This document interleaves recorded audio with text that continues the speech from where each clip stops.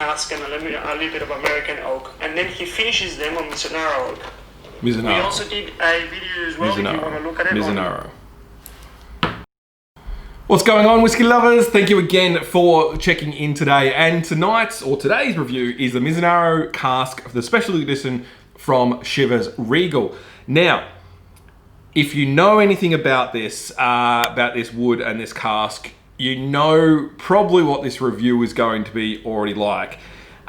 This is a 12-year-old Chivas Regal, finished off in the casks of a very, very hard wood, which is the Mizunara, I always say that wrong, cask. Now, I don't know how long that they were actually in the casks for. Hopefully, let's see if they have that on the information of the whiskey loot. Let's have a look. This special edition was inspired by a trip taken by the Chivas master distiller to Japan. On his return, he created this, the first Scottish ever to be selectively finished in Japanese oak cask. This rare and expensive wood brings a gentle spice and range of unique aromatic flavors that offsets Chivas' succulent 12-year-old blend to be a tea.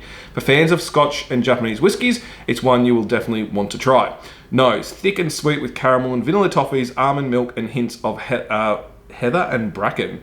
No idea what the hell that is, but okay. So, full disclosure, I've already had a bottle of this before, and I quite enjoyed it.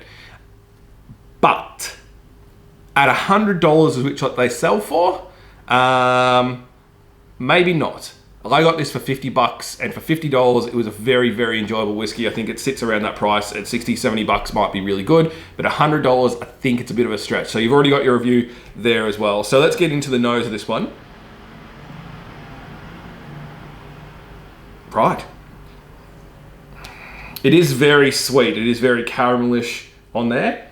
One of the biggest things is you're not going to get much of that Japanese oak kind of flavors from this because, as I said, it's only a 12-year-old. Most of the Japanese whiskies that actually have produced this, like the Yamazaki, is a 25-year-old. They say that it generally takes that long, or 20 years, to really bring the flavors out from those actual woods. As I said, it's one of the hardest woods in the world and in Japan. It's also one of the hardest actual barrels to work with as well because it does expand and split and break. You do get a lot of leakage out of it as well. So interesting that they've tried it, but I think this is more of a gimmick more so than something that will be a continued success. So taste, creamy and smooth, honey and caramel with some light tropical fruits, gentle spiciness from the oak, tiny little bit of spiciness. Really are getting that smoothness from there. Definitely a bit of the caramel sweetness through it as well. Maybe a bit of honey, I'm not too sure, but this is honestly a super easy drink. It's not a complex whiskey though. This is not something that, again, you would, rush out to buy because it's got flavoursome all over it. I honestly believe this was a bit of a gimmick. It's worked for them because they sold a fair bit of it.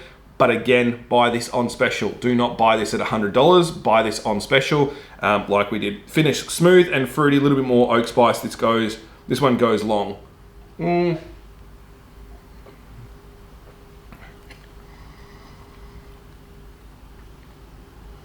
Yeah, okay. Maybe when you think about it, it probably sits around for a little bit longer than what I thought.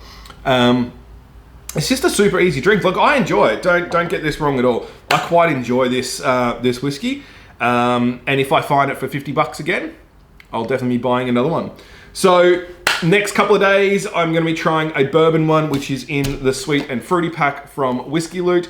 So let's see how we go with that bourbon, and let's see if we find one that maybe converts me into a bourbon drinker. All right, guys, we'll catch you soon. Make sure you leave me a comment if you've tried this, or if you've tried any of the Chivas Regals. What is your favorite Chivas Regal in the series? Talk soon. Bye.